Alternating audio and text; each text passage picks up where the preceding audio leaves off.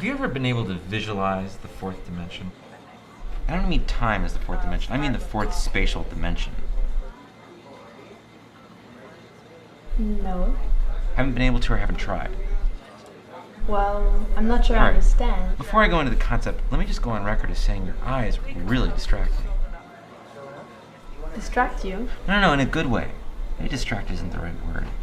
When I look into your eyes, I suddenly feel very relaxed, very peaceful, comfortable, almost like a meditative state.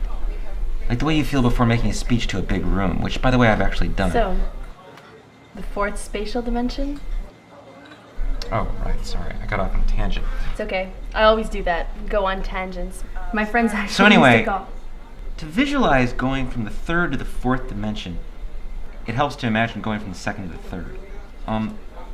You understand that our experiential context of our universe is three-dimensional, right? Length, width, height.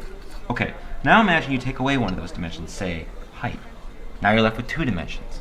So, what'd you get on your SAT? Excuse me? Your SAT. You know, math, verbal, what'd you get?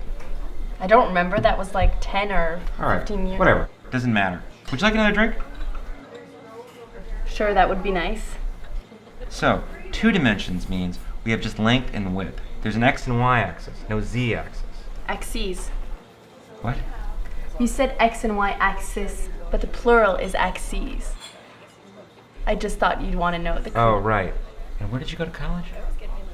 University of Montreal. Dartmouth. See, in a two-dimensional world, we have no concept of the third spatial dimension.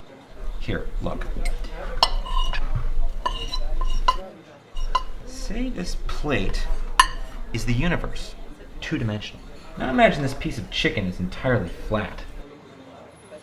And a man. He exists in two dimensions. He can only see in two dimensions, but it's normal to him. He doesn't know what he's missing. He doesn't know what's above or below him. In fact, he doesn't even have words for above or below in his language. Okay? Now, say this flower is a being from another dimension, from the third dimension, where they have length, width, and height.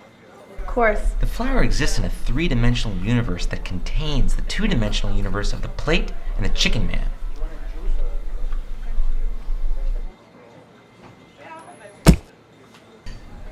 Where did you get your PhD?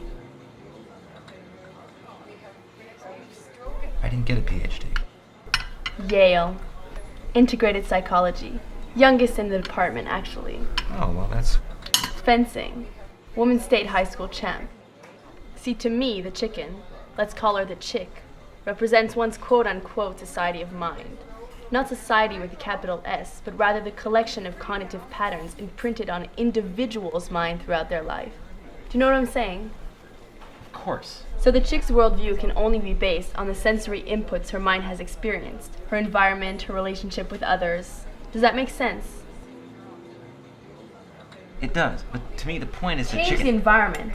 Take the chick's father away, for example. You change her cognitive development. Some don't subscribe to Chomsky's theory, but in my... So, Chicken Man, in his restricted two-dimensional plate universe, can only observe the flower being if the flower intersects the plane of the plate. And we're back. But he can only see the flower as a small line, like the way you see a penny on its side at eye level. His eyes are two-dimensional. Instead of eyeballs, he has eye segments.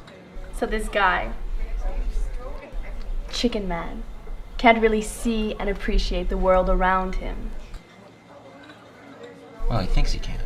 He's a two-dimensional being in a two-dimensional world. Technically, he's not missing anything.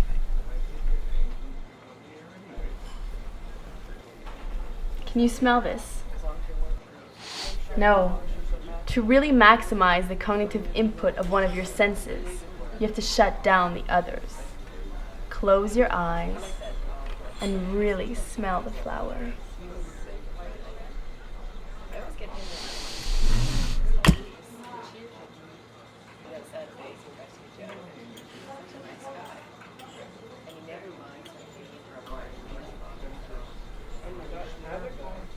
It's good. Do you want to try mine?